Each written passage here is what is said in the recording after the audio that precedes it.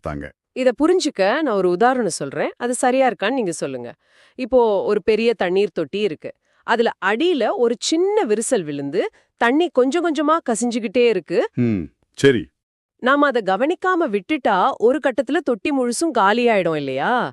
அந்த மாதிரி ஒரு சின்ன கசிவ ஒரு வால்வு போட்டு மூடி பாதுகாக்கிற வேலை தான் இந்த மூலபந்தம் பண்ணுதாம். ரொம்ப ஆப்டான ஒரு உதாரணம். அந்த தண்ணீர் தொட்டியில் இருக்கிற தண்ணியை தான் டவோயிச தத்துவத்துல ஜிங்க் அப்படின்னு சொல்றாங்க. ஜிங்க். ஓகே.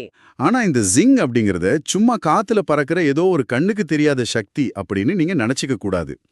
டவோயிசத்தின்படி பாத்தீங்கன்னா இது அடிவயிற்றுல சேமிச்சு வைக்கப்பட்டிருக்க ஒரு மிக அடர்த்தியான ஹார்மோன் உயிர் சக்தி. அதாவது ஒரு டென்ஸான ஹார்மோனல் எனர்ஜி.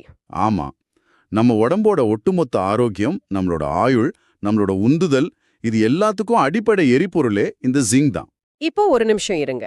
இந்த உயிர் சக்தி, ஜிங் அப்படி இப்படின்னு சொல்றதெல்லாம் கேட்கறதுக்கு ஒரு தத்துவார்த்தமான மாலாஜால கதை மாதிரி இருக்கு. நீங்க இத அடர்த்தியான ஹார்மோன் சக்தின்னு சொல்றீங்க. ஆனா இன்னைக்கு இருக்கிற மாடர்ன் சயின்ஸ் இந்த ஜிங் அப்படிங்கிற கான்செப்ட் அப்படியே ஏத்துக்குதா? அது ஒரு நல்ல கேள்வி. ஏன்னா ஒரு 1000 வருஷத்துக்கு முன்னாடி சொன்ன ஒரு விஷயத்த இன்னைக்கு சயின்ஸ் எப்படி அளவீடு செய்யுது? இது ஏதோ அளவிட முடியாத ஒரு விஷயம்னு சொல்லி சயின்ஸ் ஒதுக்கலையா? அங்கதான் நீங்க ஒரு மிக முக்கியமான பாயிண்ட்டுக்கு வரீங்க.